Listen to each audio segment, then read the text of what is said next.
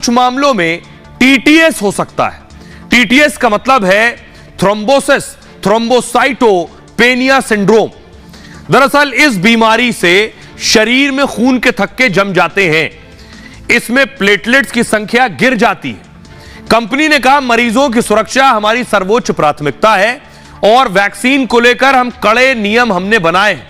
Trial और आंकड़ों के आधार पर हमारी वैक्सीन पूरी तरह सुरक्षित है। एस्ट्रोजेनेका कंपनी के फॉर्मूले पर भारत में भी कोविड वैक्सीन बनी। अब भारत में अब तक 175 करोड़ डोज लगाई जा चुकी हैं। अमेरिकन रिपोर्ट के मुताबिक दरअसल 10 लाख में सिर्फ एक को खतरा है, यानी 10 लाख लोगों ने लगवाया, उनमें से एक को खतरा हो सकता है। इसमें से 90% ठीक हो जाते हैं, यानी 10 लाख में एक, और वो एक एक करके जो 90% लोग हैं वो भी ठीक हो जाते हैं। मौत की आशंका देखिए कितनी है, ध्यान से पढ़िएगा इसे, 0.00013% ही है यह है, यानी जानलेवा रिस्क सिर्फ एक को होगा। कोरोना वैक्सीन ने हमारी रोग प्रतिरोधक क्षमता यानी इम्यूनिटी और बढ़ाई है। कोरोना के वक्त प्रति 10 लाख आबादी पर, सोचिएगा 10 लाख आबादी पर 15,000 लोगों को जान का खतरा था। यह वैक्सीन क्या कह रही है, 10 लाख में सिर्फ एक को खतरा है। कोरोना से 10 लाख में 15,000 को खतरा था। वैक्सीनेशन के बाद महामारी 80 से 90% तक कम हो गई है, यह भी सच है।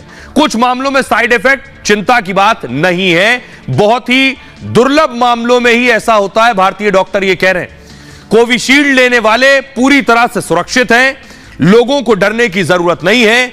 वैक्सीन लेने के साइड इफेक्ट 3 से 4 हफ्ते तक ही होता है। बड़ी बात यह, जब आपसे कहा गया एक डोज लिया है तो उसके कुछ महीने बाद दूसरा डोज लें क्योंकि असर कम हो जाता है। डॉक्टर कह रहे हैं 3-4 हफ्ते ही वैक्सीनेशन का असर रहता है, वैसे भी असर खत्म हो जाता है धीरे धीरे। कोविशील्ड वैक्सीन 2 से 2.5 साल पहले लगी थी।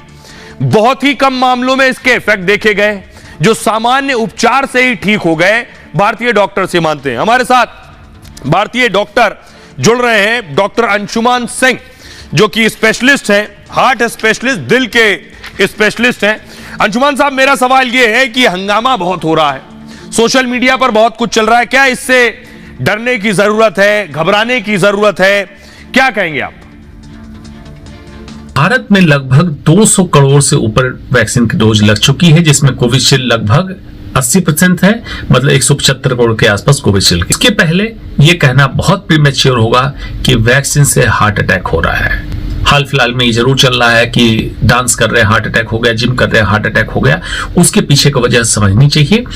कोविड इटसेल्फ, वैक्सीन नहीं, कोविड बीमारी इटसेल्फ हार्ट अटैक के इंसिडेंस को बढ़ाया। कोविड में मायोकार्डाइटिस मतलब दिल के मांसपेशियों का सूजन होना, जिसके कारण एरिथमिया, दौड़ते चलते हार्ट फ्लिकर करने लगे, जैसे हार्ट को सिंक्रोनाइज चलना होता है, ये फ्लिकर करने लगे केचुए की तरह, इसके कारण हार्ट अटैक हो जाना, ये जरूर कॉमन है। तो उससे पैनिक करने की जरूरत नहीं वैक्सीन से।